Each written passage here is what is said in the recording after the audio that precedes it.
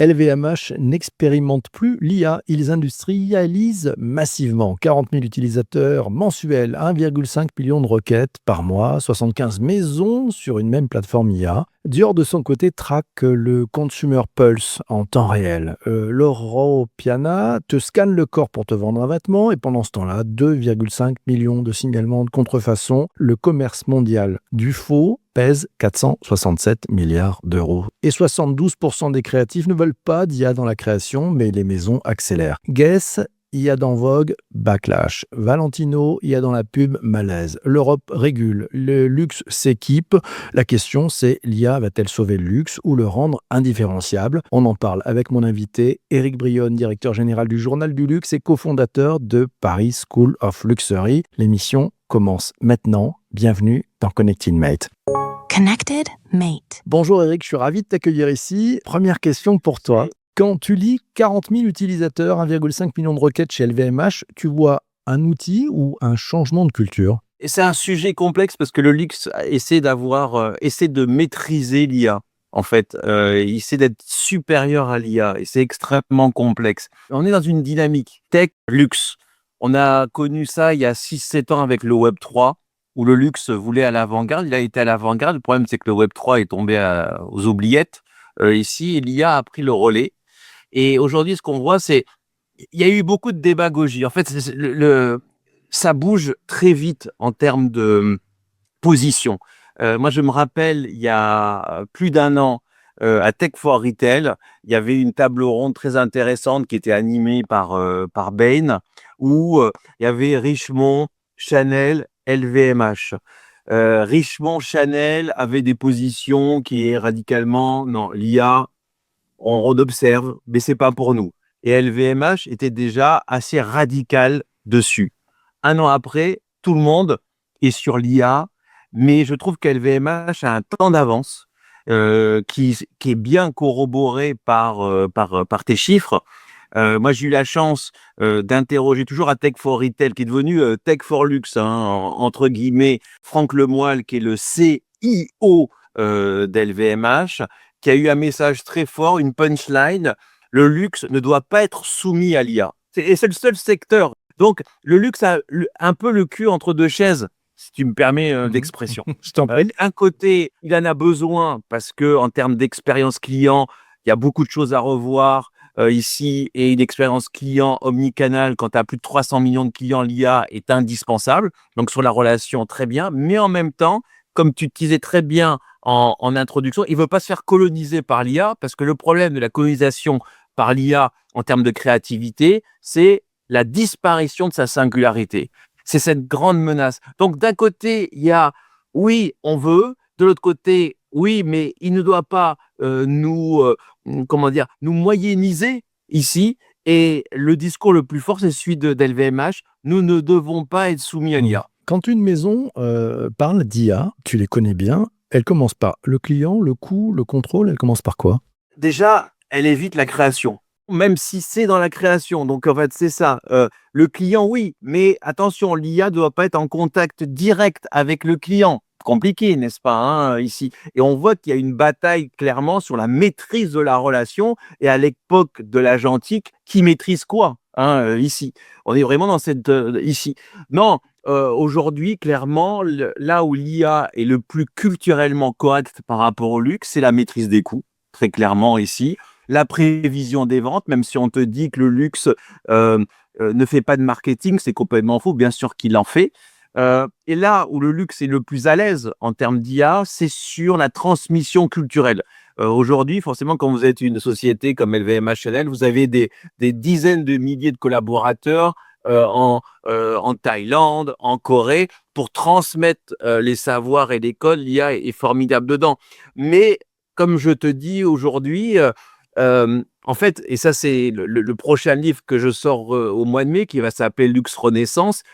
Pourquoi ça s'appelle Luxe Renaissance? Parce qu'aujourd'hui le luxe est en crise, une crise qui dure depuis 3 ans. On a vu les chiffres, on a vu la semaine dernière les résultats d'LVMH qui n'étaient pas assez bons, qui étaient sanctionnés d'un moins 8% hein, à la bourse ici.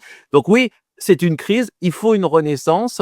Et pour moi, cette renaissance, c'est s'inspirer aussi de l'histoire, Et l'humanisme en marketing, c'est mettre le client au centre, c'est développer une empathie, c'est développer une résonance. Or, aujourd'hui, on ne peut pas avoir une résonance à grande échelle sans une IA hyper performante. Je suis tombé sur une étude de Bain avec, je crois, le comité Colbert qui disait que sur 20 cas d'usage testés d'IA dans le secteur du luxe, il n'y en avait que 2 qui étaient intégrés.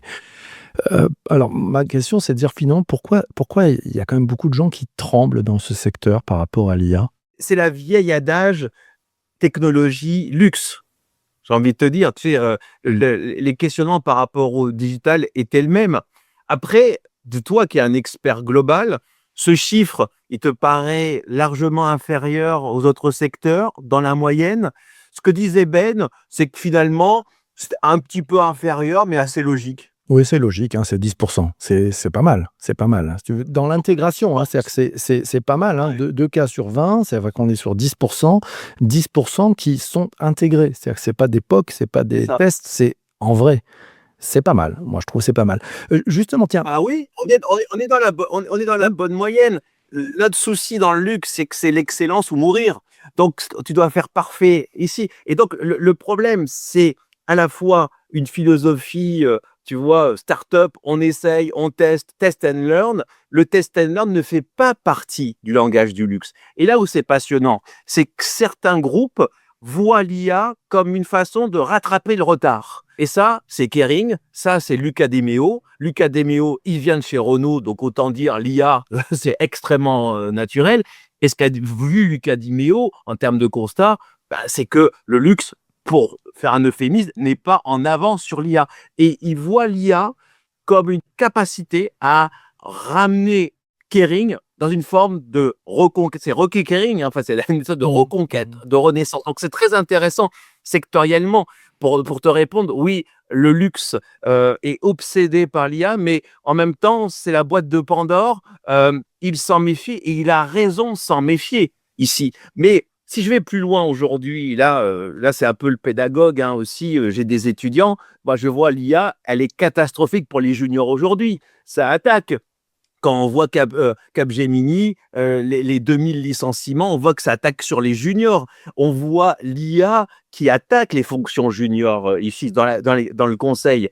Et quelque part, le luxe pourrait être un village gaulois par rapport à ça. Si le luxe est si insoumis que ça à l'IA, ça veut dire qu'il y aura 0 licenciement à cause de l'IA. Et que finalement, le luxe devient un halo, tu vois, entre guillemets, protecteur d'emploi qui n'intègre pas cette menace IA. À voir, ça c'est le discours. On va voir si après, concrètement, les preuves sont là. justement sur les 2 cas d'usage dont on parlait là, tu aurais 2 cas typiques que tu connais, qui sont intégrés et qui marchent bien? Oui, alors il y a des cas, alors sur les maisons, en fait, je sais chez LVMH, je crois que c'est chez, en fait, l'Europiana a été, vraiment à l'avant-garde, sur ces questions. Mais, par exemple, je sais que, en cas d'usage chez LVMH, l'IA est utilisée par rapport à la réparation. Et ça, c'est très intéressant, hein. Il y avait tu sais, il y a une phrase qu'on ressort toujours dans le luxe de Jean-Louis Dumas, grand patron d'Hermès. Le luxe, c'est ce qui se répare. Et justement, chez LVMH, il y a une IA qui permet justement de scanner un produit en réparation et de mesurer si la réparation est possible. Donc, tu vois, donc là, cas d'usage, seconde main, pas que seconde main, réparation, l'IA scanne si, oui, il y a un espoir ici de réparation. Le deuxième cas, c'est la transmission. La transmission des codes, la transmission des savoirs, la transmission des archives. Mais tu vois, c'est 2 cas d'usage qui sont politiquement corrects. La réparation, le culturel. La vraie question par rapport au luxe, c'est que quelque part l'IA met en avant que le luxe, oui, c'est l'écoute du client. Et l'écoute du client dans le luxe, naturellement, c'est presque sale. Tu vois ce que je veux dire? Donc, ça veut dire qu'il y a du marketing derrière. Et donc, on est dans le mythe du luxe sans marketing où le créateur est roi, l'IA met les choses ici. Donc, ces 2 cas d'usage qui sont mis en pratique, qui sont très politiquement corrects. Non, la vraie question, c'est la création. C'est intégrer dans, en effet, les laboratoires, intégrer dans les ateliers. Il y a et là, déjà, soyons clairs. Ouais. Ils s'en servent à fond? Ils vont encore plus loin? À fond, je ne sais pas, mais elle est là. Elle est là. Elle n'est pas du tout mise en scène, hein, si tu veux. Elle est plutôt cachée ici. Mais aller trouver un studio sans IA me paraît totalement illusoire. Mais là aussi, le client n'a aucune envie. Enfin, on n'a pas envie, si tu veux, que Jonathan Anderson soit remplacé par une IA. Donc, c'est très compliqué pour le luxe, cette partie créative. Et tu vois, et c'est pas simplement le luxe, c'est aussi la mode, hein, tout simplement. Et je te prends un exemple. Il y a 2 ans, The Couple a créé une collection 100% IA. Ils en ont communiqué en amont et puis après, ils n'ont plus du tout assumé. Et puis après, on ne sait plus ce qu'elle est devenue, cette collection. Donc aujourd'hui, il y a un malaise créatif par rapport à l'IA. Sur ce malaise, c'est Valentino, je crois, qui s'est fait critiquer par des images qui étaient générées par une IA. Tous. Là, il y a un nouveau truc, là. Tu vois, par exemple, Vogue qui avait déjà pris avec la campagne Guess, hein, je ne vais pas te tromper, Oui, c'est ça. aussi, qui était 100% IA. Eh bien là, tu as Ariana Grande, il y a un shooting avec Ariana Grande qui se retrouve avec un 6e doigt fait par Vogue. Ouf. Donc le 6e doigt, on sait ce que ça veut dire. Il y a un vrai problème. Alors quand je parle création, c'est plus, en effet, tu as raison, c'est plus la création d'objets ici. Sur la communication, aujourd'hui, ça passe mal. Je ne sais, en fait, aujourd'hui, il y a pléthore de petites agences qui se positionnent sur l'IA pour de la mode, de la beauté et aussi du luxe, hein, clairement, en proposant un produit créatif qui vaut ce qu'il vaut, mais surtout qui est low cost. Et en période de crise, le low cost parle à tout le monde, même au luxe, hein. Le luxe est un des secteurs les plus radins, hein. Je peux dire que, voyant travailler en agence, le luxe, c'est pas un chèque en blanc, hein. C'est un euro est un euro, entre guillemets. Mais aujourd'hui, on peut faire un hall of shame de campagne. Dès qu'il y a l'IA dans les campagnes de luxe, ça passe mal. Ça passe mal et du coup, accusation immédiatement, IA slop, nivellement par le bas et ainsi de suite. Est-ce qu'on pourra, en effet, tu citais l'exemple de Valentino, il y a encore Valentino, c'était juste un élément d'un film, hein, c'était pas le film en entier. Donc aujourd'hui, il y a un vrai souci créatif, IA luxe. Est-ce que ça, c'est la réalité d'aujourd'hui? Est-ce que ça sera la réalité de demain? À voir. Qu'est-ce qui justement fait un peu ce point de blocage? On le voit et tu côtoies beaucoup de créatifs, de photographes. Certains en ont peur de cette IA, d'autres s'en emparent. Je pense à Pablo Corral Vega, ce photographe, tu sais, qui dit, bah, grâce à l'IA, et il s'y est mis il y a 3 ans, hein, un peu plus de 3 ans d'ailleurs, grâce à l'IA, je peux aller encore plus loin dans mon talent de photographe. C'est mon nouvel appareil photo.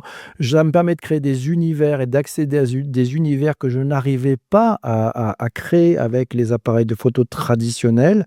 Est-ce qu'un directeur de création d'une grande maison a cette même approche ou pas? Il a du mal à ça. Il y a un blocage psychologique, presque politique. C'est comme Human After All. Est-ce que le luxe ne doit pas être le secteur protégé, tu vois, entre guillemets, dans un monde synthétique, l'humain, le luxe, parce que sa racine et quelque part sa singularité, c'est l'excellence humaine. Et moi, je vois par rapport à mes étudiants comment challenger ChatGPT ou Gemini, c'est développer des qualités ancestrales humaines, le charisme, la curiosité, le mot juste, le réseau, tu vois, ça ne s'achète pas, en fait, ça ne se prompte pas, entre guillemets, encore. Aujourd'hui, il y a un blocage culturel du luxe d'un point de vue création, parce que le luxe, c'est le sanctuaire de l'humain. Le luxe a très vite compris que ChatGPT et autres, c'était pas Photoshop. Et il y a un problème au-delà de ça, c'est qu'on est dans un contexte de luxe en crise, de luxe de la désirabilité. La libido luxe, elle est remise en cause, si tu veux, parce que trop de copies. On a vu, bah, tu as vu, par exemple, phénomène, les dupes. Quand je prends les dupes, et rappelle-toi ces films d'entrepreneurs chinois qui étaient faits à l'IA, qui disaient, bon, nous, on fait du Hermès à un prix toute concurrence, c'était de l'IA. Donc, il y a vraiment cette idée voilà, de protection d'Halo. Donc, c'est très compliqué et je les comprends. Après, moi, à titre personnel, qui bosse dans le luxe depuis 20 ans, l'IA est devenue un outil indispensable. Et pour moi, si tu fais une métaphore, c'est comme ma première main en couture. Tu sais, tu as le créateur et tu as la première main qui permet aux créateurs d'aller plus loin et ainsi. Je suis complètement d'accord, ça te permet d'aller plus loin. Mmh. Et aujourd'hui, en tout cas, quand j'analyse la perception, quand tu mets de l'IA dans de la création, tu as un risque sur deux de te taper un bad buzz.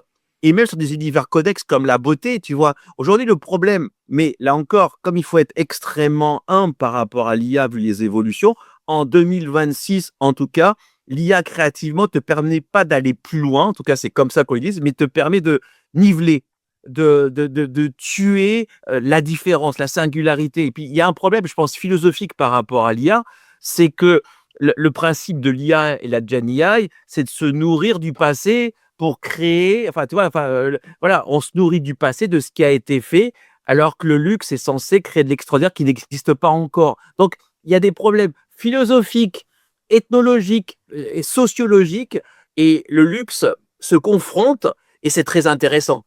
Ça fait longtemps qu'on fait des épisodes ensemble, donc c'est génial. Je te rappelle quand on avait fait des épisodes à l'ère du Web 3, des NFT, des métaverses, finalement, on n'avait pas l'impression que ça allait gêner d'aller travailler sur de nouveaux territoires, de nouveaux terrains de jeu, etc. Là, j'arrive pas à comprendre ce blocage avec l'IA. Est-ce que tu peux me La réexpliquer? puissance, en fait, Ouais.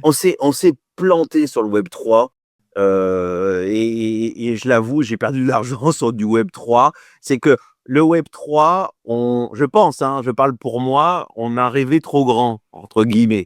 On a vu la chose beaucoup plus gros. Et je prends un exemple, je voulais créer une formation Web 3 de mes étudiants, j'en posais la question, qui a un NFT, qui a utilisé Metaverse? J'avais zéro. Ça, c'était un signe, tout simplement.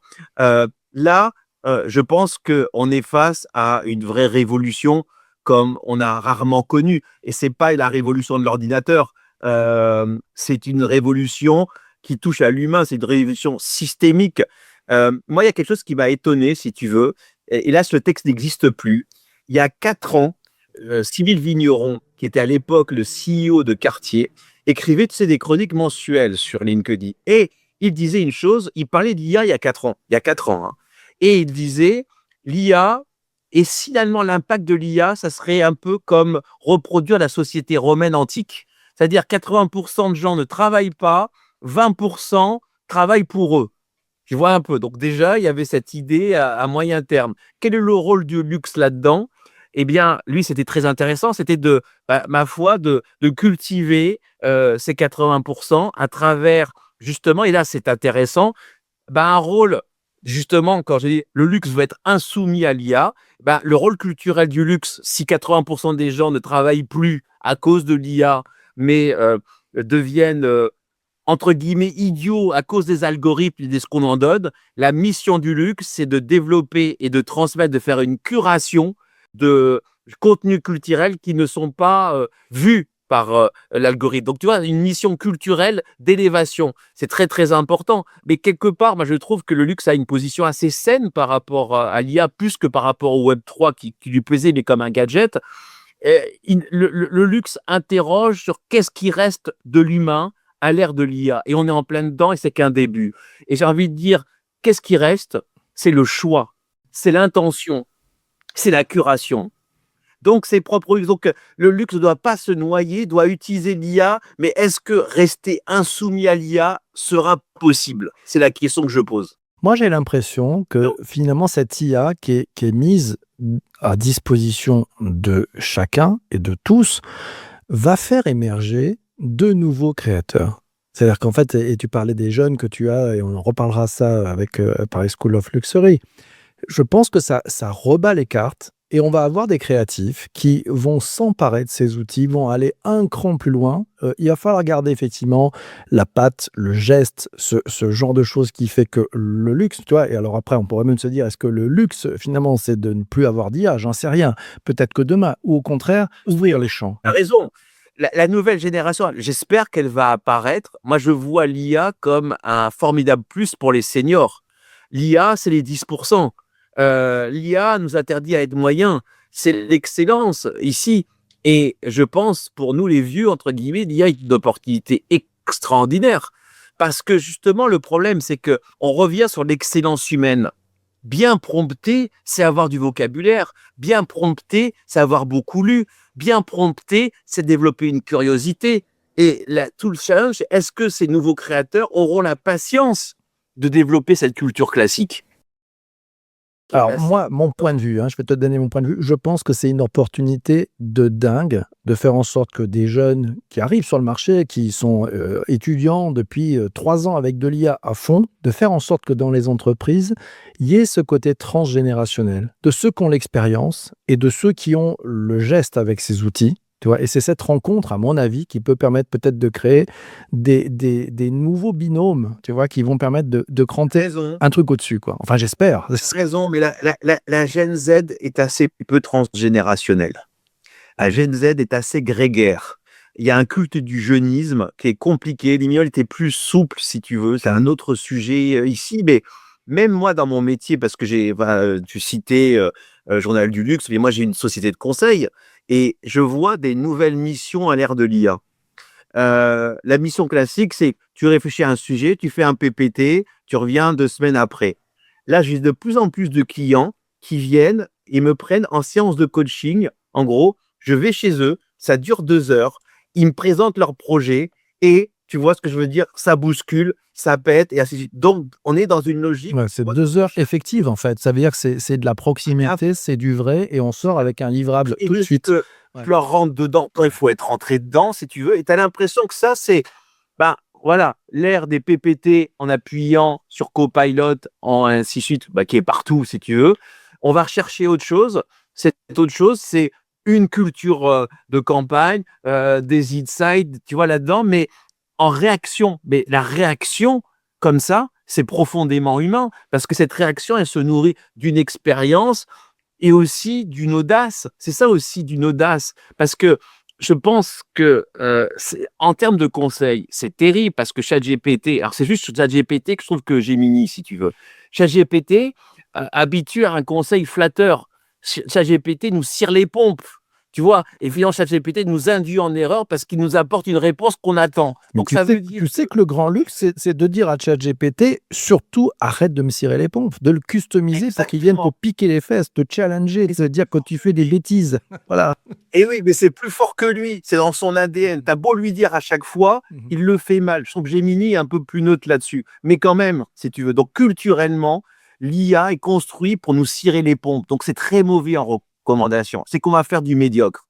J'ai employé un gros mot, être un libre penseur. Donc, c'est bien sûr, moi aujourd'hui, vivre sans l'IA serait impossible. Mais je te dis, c'est de la première main. Mais la première main, c'est important, mais il faut qu'il y ait un créateur qui domine l'histoire. Aujourd'hui, je dis bien aujourd'hui.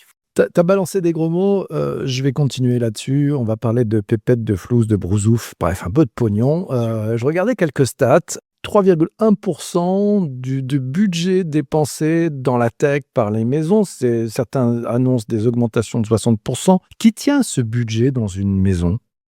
Ça, c'est une bonne question. Ça dépend des groupes.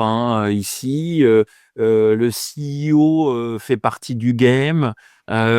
Aujourd'hui, ce qu'il faut se dire, la DSI, enfin, je reviens, n'oublie pas, on est dans un contexte de crise dans le luxe. Ça va paraître bizarre. Luxe, crise, oui, moins 2% encore cette année. Enfin, tu vois, enfin, on est habitué, enfin, quand tu es culturellement habitué à faire plus 10, quand tu fais moins 2, c'est plus du tout le même manager. Donc aujourd'hui, on est dans vraiment, en fait, c'est ça où l'IA, en fait, oui, le luxe insoumis à l'IA, oui, mais le luxe qui utilise l'IA, parce que l'IA permet de réduire les coûts et que forcément, aujourd'hui, quand tu regardes le luxe, il a vu son EBITDA fondre. Ici, on est sur les mêmes chiffres de rentabilité 2019 après des années de fausse. Donc, ce qui plaît dans l'IA, c'est cette capacité à réduire les coûts. Donc, aujourd'hui, on est sur un qui décide un peu tout le monde, et mais tout le monde en veut. Tu vois un peu, bon, c'est pas une très bonne réponse que je te donne. Il n'y a pas de laser, ça dépasse le CEO en tout cas. Ok, c'est au-delà, tout le monde en veut, tout le monde en fait, plus ou moins caché ou plus ou moins visible. Justement, sur ce sujet, toi, tu me parlais de création en disant, bon, c'est un peu planqué, etc. Cas d'usage de création ou de créateurs qui l'utilisent, même un peu planqué, qu'est-ce qu'ils font avec? Ça reste mystérieux. Et si tu veux, aujourd'hui, c'est absolument pas le discours ambiant et tu n'en trouveras pas. Pourquoi? Parce qu'aujourd'hui, le luxe subit une crise de confiance, une crise de la valeur. Tu sais, tu as ces influenceurs qui sont artisans, qui vont te défoncer un sac pour savoir s'il vaut 3 000 €. Donc aujourd'hui, le mot d'ordre pour les créateurs, et c'est les nouveaux créateurs qui sont arrivés, qui sont des créateurs millennials. C'est intéressant, tu vois, c'est la prise de pouvoir des millennials en création. Les Jonathan Anderson, Chanel de Blasi sont des créateurs qui ne jurent que par l'artisan, qui ne jurent que par la main, qui ne jurent que par l'artisanat d'art. Et même Jonathan Anderson, à ses débuts, moi je suis un fan de Jonathan Anderson, qui était avant chez Louis V, avait sa propre marque. C'était l'un des premiers créateurs à avoir un discours assez radical sur le digital. Il disait, moi tous les matins, je vais voir les ventes dans mon site e-commerce. Tu vois, donc cette culture data. Aujourd'hui, il n'y a pas du tout, enfin, je n'ai pas d'exemple comme ça de créateurs qui assument l'IA dans le produit. Dans la communication, c'est autre chose. Et encore, c'est epsilonesque. Autre point, tu vas peut-être d'ailleurs nous expliquer ce qu'il y a derrière. J'ai trouvé un truc qui s'appelle le Digital Product Passport, le DPP. Quand je te dis ça, tu peux nous expliquer un peu ce dont il s'agit et en quoi ça concerne les maisons de disques, les maisons de luxe. Et luxe, c'est un héritage du Web 3, hein, Ouais. parce que c'est la blockchain, tout ça. Le Digital Product Passport, si tu veux, c'est ça qui est paradoxal. Digital Product Passport, en effet, c'est le passeport produit. C'est ton passeport de ton produit, où il est né, quand il est né, qui l'a fait. Voilà, tout simplement. Et dans la blockchain, inviolable, et ainsi de suite. Le problème de ça existe depuis des années. C'était concomitant de la blockchain, mais concrètement, je vais être politiquement incorrect, les consommateurs ne l'utilisent pas. Les consommateurs s'en foutent. C'est terrible ici. Et ce qui est paradoxal, c'est que les marques qui ont le plus utilisé le product placement sont une marque comme l'Europiana. L'Europiana, quand tu voyais à Vivatech, c'était à fond dessus. Donc, et le problème, c'est que l'Europiana a subi, tu vois, des crises l'année dernière par rapport à des fournisseurs. Donc, tu te dis, mais je comprends pas. La marque qui est la plus tu vois, qui est plus en phase culturellement avec ce passeport produit, et la marque qui s'est fait épingler sur un scandale grave. Donc, tu te dis à quoi ça sert à l'arrivée? Oui, sur le papier, c'est formidable. Mais voilà le passeport produit qui est, je ne veux pas me tromper, obligatoire maintenant via une norme européenne.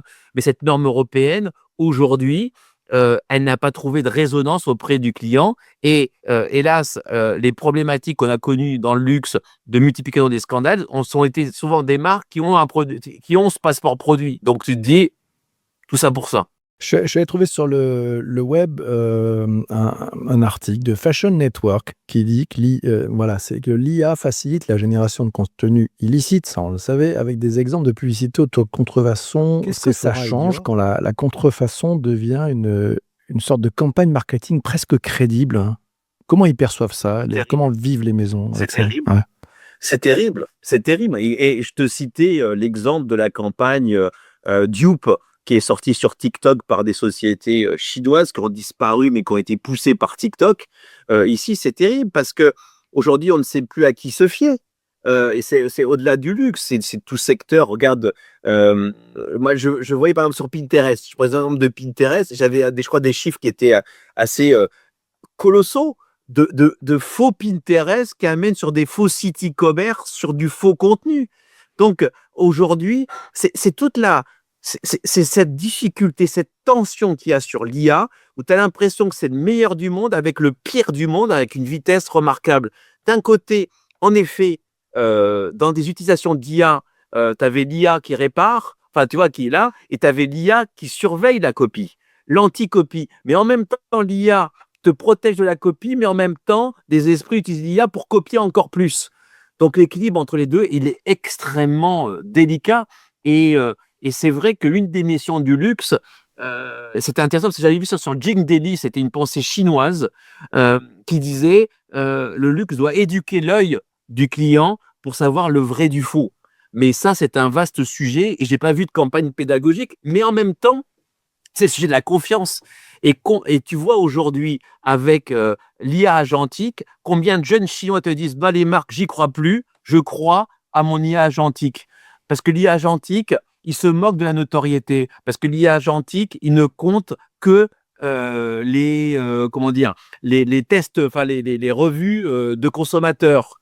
Ça, c'est aujourd'hui. Mais on sait très bien que ChatGPT, demain, va intégrer de la publicité. Le business model est indispensable. Donc, à un moment donné, c'est vrai qu'à un temps donné, l'IA agentique, elle est neutre aujourd'hui. Enfin, neutre. Elle va s'appuyer sur Wikipédia, entre guillemets, va s'appuyer, se moque de la notoriété, mais va voir la puissance des commentaires. Mais ça, c'est la réalité aujourd'hui. Mais demain, quand la publicité va intégrer, l'IA agentique, il va être aussi détourné qu'un Google, tu vois, avec sa publicité. Donc, c'est ça la difficulté, je pense. Et toi qui a ce podcast et qui analyse vraiment au cœur du sujet, on ne peut pas avoir de jugement tranché sur l'IA. On peut avoir un instantané en pensant à demain, en faisant de la prospective. Mais c'est une posture redoutable où la curiosité est indispensable et avoir des idées fermées est mortel. Alors justement, tu nous disais, bon, sur l'IA, ils sont plutôt parce que conditions économiques, on fait gaffe, on voit si on peut gagner sur baisser des coûts. On est un peu prudent sur la création, enfin, on n'ose pas trop le dire. Est-ce que tu as vu des maisons ou peut-être des nouvelles marques qui, au contraire, se disent je fais de l'IA une force, un point de différenciation, je l'affirme et je tire le fil ou pas encore? À l'échelle corporate, ça ne se voit pas pratiquement, mais le discours de Kering peut aller dans ce sens-là. Et de Luca Di Meo peut aller dans ce sens-là, où on sent, là, je ne sais pas quand on va passer le podcast, mais il y a une quinzaine de jours, tu as eu une journée tech chez Kering, et Luca Di Meo, on sent, est passionné par la question. Et tu sens que il voit comme un levier, tu vois, de reconquête de Kering. Mais ça se situe là.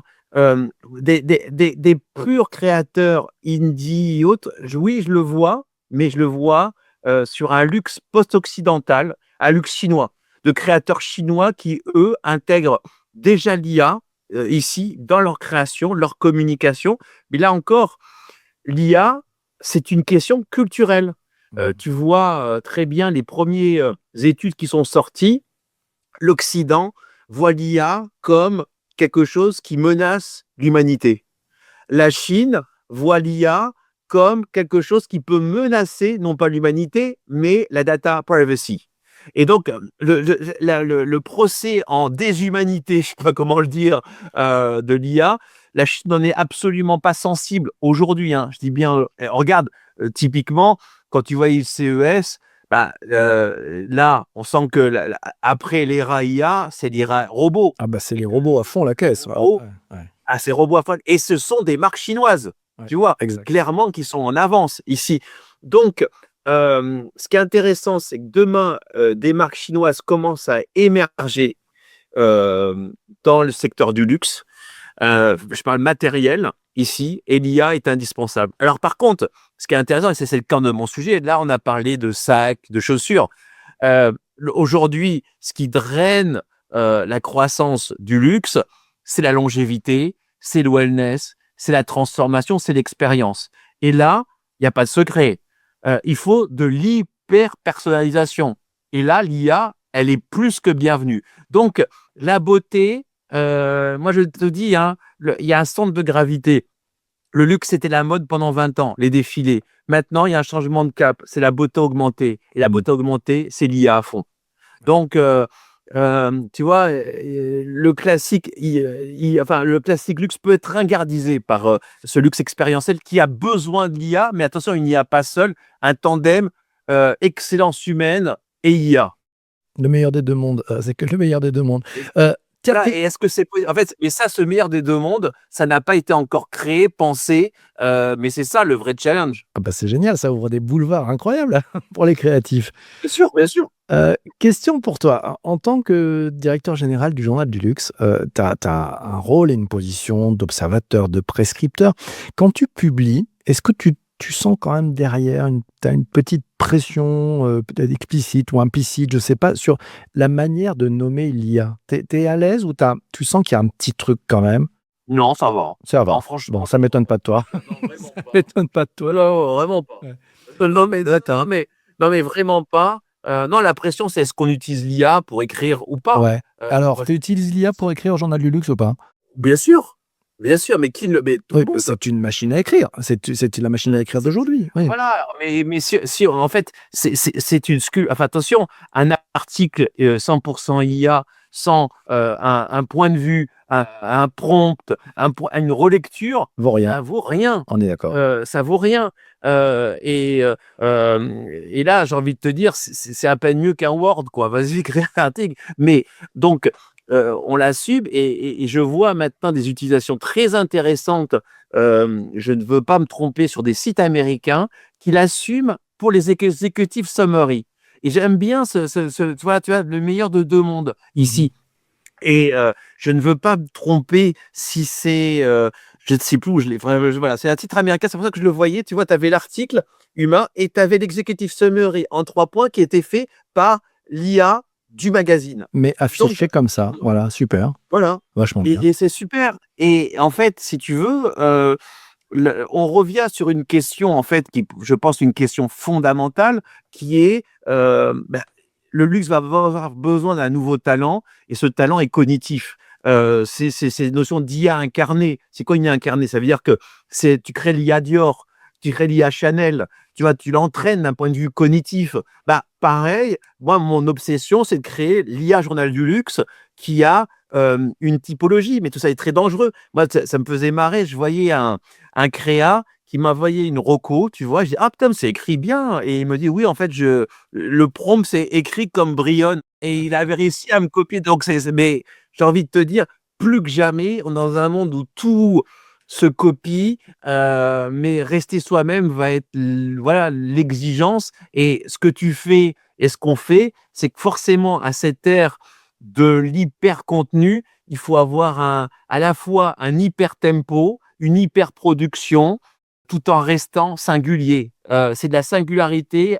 Je passais là sur LinkedIn, c'est pas un post qui a cartonné, j'en étais sûr. Je revoyais un documentaire sur Mitterrand, et qui était très très bien, sur la chaîne de l'Assemblée. Son obsession du mot juste. Mais c'est tellement, ça a une telle résonance aujourd'hui. Je vois des étudiants qui emploient des mots et tu sens que là, c'est l'IA derrière. Tu vois? C'est que le mot c'est l'IA qui a imposé le mot, alors que c'est nous qui devons imposer le mot. Cette radicalité dans le choix des mots, elle est plus qu'humaine. C'est ça l'excellence humaine, cette excellence dans le choix du mot. Et ça, si tu as pas de vocabulaire, si tu as pas lu, si tu vas pas aux expositions. Si tu te questionnes pas, tu n'y arrives pas. C'est sûr, on est Ah bah d'accord. ouais. Alors justement, c'est mon avant-dernière question. Il me reste 2 questions. L'avant-dernière question, elle est sur ta deuxième casquette, cofondateur de Paris School of Luxury. Tu fabriques des futurs profils. Tu leur dis quoi sur l'IA? Apprenez-la, résistez, servez-vous-en, cachez-la. On leur met de la première année à la 5e année. Depuis 4 ans, j'ai développé un partenariat avec Microsoft pour faire des semaines où le meilleur des 2 intelligences, ici. Et après, donc il y a ce côté, connaissance de l'outil, et là, sa culture générale. Enfin, tu vois ce que je veux dire? Tu hérites de ta culture générale. Quand tu es à 18, 19, 20 ans, c'est compliqué tu vois, de la challenger. Mais en fait, si on va dire, mon mot d'ordre, très simplement, l'oral, l'oral, l'oral. Mmh. Plus que jamais, être charismatique est fondamental. Ici, c'est gourou ou rien, quoi, entre guillemets. Parce que forcément, ton PPT, quelle est ta part de toi? Quelle est ta part de ChatGPT? Et ainsi de suite. Par contre, l'oral, aujourd'hui, bah, il y a pas, tu vois? Donc, l'oral est fondamental, l'oral et le réseau. Parce que là aussi, ChatGPT n'a pas de réseau. Donc, l'oral, réseau. Et c'est pour ça que, par exemple, moi, je me bats pour qu'il soit sur LinkedIn. Mais hélas, tu vois, le réflexe LinkedIn, chez les Z, il est pas courant. Ose avoir un point de vue. Vas-y, tu construis ta communauté. Mouille-toi. Puis en plus, ce qui est génial avec LinkedIn, c'est que bon, il y a du conflit, ça frappe, ça frotte, tu apprends à avoir le cuir dur, entre guillemets, sois généreux. Donc, oralité et réseau. Voilà. Bon, parce que la notion de culture générale, de l'art du prompt et ainsi de suite, si tu veux, c'est pas avec 10 heures de culture générale que tu vas faire quelque chose. Donc ça, c'est la curiosité qui fait que, mais en tout cas, sur ces, voilà, ces skills de l'oralité et du networking, ouais, voilà, ça c'est vraiment mes mots d'ordre. Ouais, et puis moi, je pense que si tu veux, s'ils n'ont pas l'expérience, ils ont un instinct qu'ils ont construit depuis qu'ils sont nés, soit le bide et le cœur. La tête, elle viendra après, parce que bon, ça, il faut un peu Oui, d'expérience. et moi ce qui me fait peur, Mais tu vois, l'instinct, c'est chouette, l'expérience ça. a entièrement raison, mais le problème c'est, est-ce que cette génération aura le choix, la possibilité d'avoir une expérience? Parce que quand même, ça attaque sur nos métiers. Avant, on a vécu la technologie, en école blanc. Tu vois ce que je veux dire? On était tranquille. Ici, c'est des cols bleus qui en prenaient plein la gueule. Là, maintenant, on inverse le propos. On inverse le propos. Et c'est pour ça qu'aussi, pour un jeune de 18 ans, les métiers de la main, il en est loin, le robot, tu vois? Ah, ça, c'est le truc le plus difficile. La main pour un robot, c'est le truc le plus difficile, hein. Le problème de ces métiers-là, ils sont pas assez payés. Donc déjà, il y a un problème de salaire, soyons clairs. Ils sont pas valorisés. Aujourd'hui, à l'ère de l'IA, le manuel domine Mmh. par rapport aux stratégies com et ainsi de suite. Ça, c'est pas du tout intégré. C'est pas du tout un message politiquement correct. Et c'est terrible. Et je pense que justement, c'est une chance pour la France, ces formats-là. Mais aujourd'hui, tu dis à un parent d'un jeune de 18 ans, métier de la main et ainsi de suite, bah, tu te fais recevoir. Donc, je trouve là aussi, si tu veux, que et là, c'est plus global, d'un point de vue politique, il y a pas de discours sur l'IA, il y a pas de réflexion sur l'IA, il y a pas de réflexion sociétale sur l'IA. Ouais. Et ça fait mal, quoi. Ouais, moi, je pense qu'il faut les former et les aider à être des leaders doueurs. Tu vois, parce que c'est à l'ère de l'IA, il faut faire, en fait, sinon on ne comprend pas. Leader doueur. Allez, ma dernière question. Ma dernière question, c'est sur ta troisième casquette. C'est en tant que de ta boîte de conseil. Quelles sont les questions que te posent le plus fréquemment les dirigeants que tu conseilles? En fait, aujourd'hui, on voit un impact de l'IA sur un océan de sameness. C'est le mot, tu vois. En fait, moi, je travaille beaucoup avec la beauté, luxe. Tout se ressemble aujourd'hui. Et si tout se ressemble à ce point, c'est, je pense, on vit cet impact de l'IA. Donc, aujourd'hui, pourquoi les clients prennent? C'est pour être bousculés, pour trouver cette singularité. Tu vois, là, par exemple, on voit la longévité, la wellness partout. Ben, allez, on y va, on fonce. Ouais, mais si t'es pas singulier, qu'est-ce qui va te différencier? Qu'est-ce qui va te différencier? Et en plus, cette singularité, c'est à la fois pour être différent et en même temps pour être juste par rapport à qui on est. Donc, aujourd'hui, je sens une envie de se bousculer. Moi, c'est amusant parce que, après, tu vois, c'est un segment. Mes clients me disent, si c'est pour être conforté sur une idée, je vais pas t'appeler. Si c'est pour être bousculé, je vais t'appeler. Ce côté underdog, en fait, me correspond.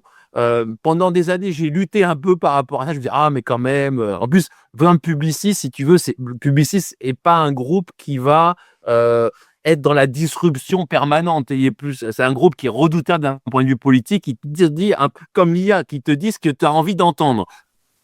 Avec moi, ils viennent voir autre chose. Donc, c'est un peu de l'anti-IA, si tu veux. Et je trouve ça génial parce que je pense que une longue vie est possible. Super, c'est la bonne nouvelle. Merci beaucoup, Eric. J'adore. Bon, je te réinviterai encore. Plaisir avec toi, ça plane haut. C'était notre meilleure émission qu'on ait fait. Hein. Ah bah j'écoute. Alors non, la meilleure sera la prochaine qu'on fera quand tu sortiras ton bouquin. Voilà, t'arrives en optimiste. Je suis un pessimiste de nature là, mais non, on va aller plus loin. Merci beaucoup, merci. Et merci beaucoup aussi à vous tous qui nous avez écoutés sur ce podcast. Je pense que là, peut-être une des questions, moi, j'aimerais vous donner aussi en matière un peu réflexion, c'est peut-être pas qu'est-ce que les maisons vont faire avec l'IA. Je pense que la question, c'est vous. Quand vous verrez une image parfaite, une histoire parfaite, une offre parfaite, et que vous demanderez la preuve, et puis qu'est-ce qu'ils ont essayé de faire, et qu'est-ce qu'il y a derrière, et vers quel environnement, univers ils m'amènent, ben, allez-y, demandez cette preuve, cherchez ce qu'il y a en vous, dans vos tripes aussi, ce que vous ressentez, ou sinon, ben, demandez-vous juste c'est quand la prochaine dose. oui, ben, tu vois, c'est juste pour rebondir à ce que tu viens de dire fort justement. Il y a une grosse tendance de contenu fait par IA dans la beauté aujourd'hui qui crée voilà, cette étrangeté freudienne, dire c'est bizarre. Et aujourd'hui, la nouvelle tendance, c'est des images un peu dégueulasses de salle de bain, tu vois, avec du produit à moitié fini, mais qui sentent le vrai. Donc aujourd'hui, à l'ère de l'IA, c'est l'humain le luxe. Ah, bravo. Merci, c'était le mot de la fin. Merci beaucoup, Eric. Merci à vous tous d'avoir écouté jusqu'ici. À très bientôt. Ciao, ciao, ciao. Connected mate.